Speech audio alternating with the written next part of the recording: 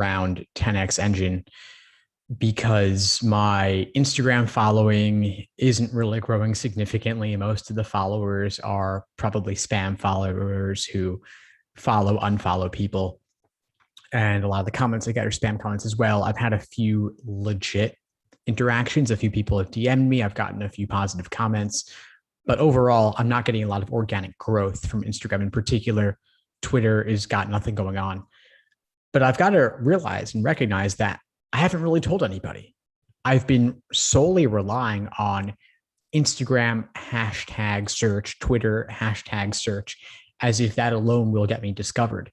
And that's not how it works. Even with my test prep business, most of the engagement I get on social isn't people finding me on social organically, and that's with thousands of followers.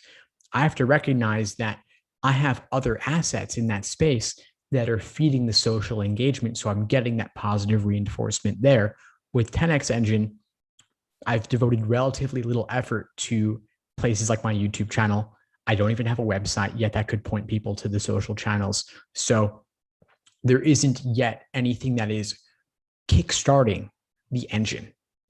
I've got an engine running, but it hasn't yet been kickstarted to elevate it to a level where it will start to power itself like my test prep business does at this point. I've also been in that business for over a decade.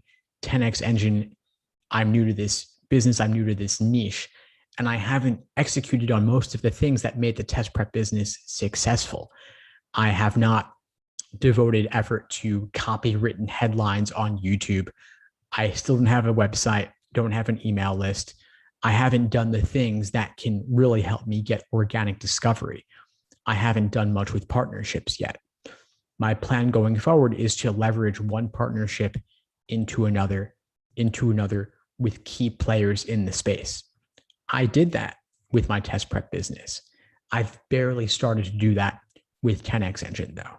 So my plan going forward now is to start thinking about what are some copywritten headlines I could use for the YouTube channel and the podcast, get the website going, get blog posts going on there, and leverage key partnerships to create more key partnerships.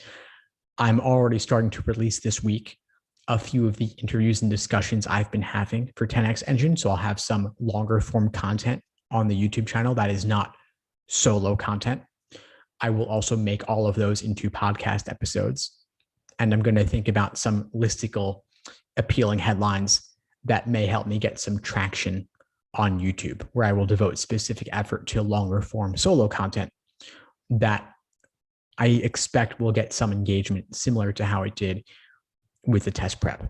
I'm going to aim to dominate the repurposing niche, which is actually a smaller niche than I've recognized in the past.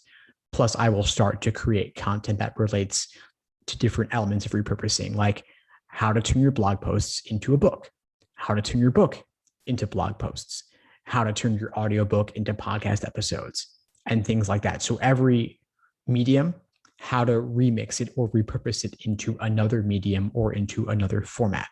I think that might be some ways to get some engagement and grow the YouTube that can then power the social media, and then they can start to feed each other. So that's the plan going forward. I'm recognizing that, again, I haven't done nearly enough relative to what I could do to really test out if 10XEngine is going to be a viable product a viable business as I've imagined it and envisioned it up to this point. So that's today's update. Any questions, any comments, reach out. I'd love to discuss.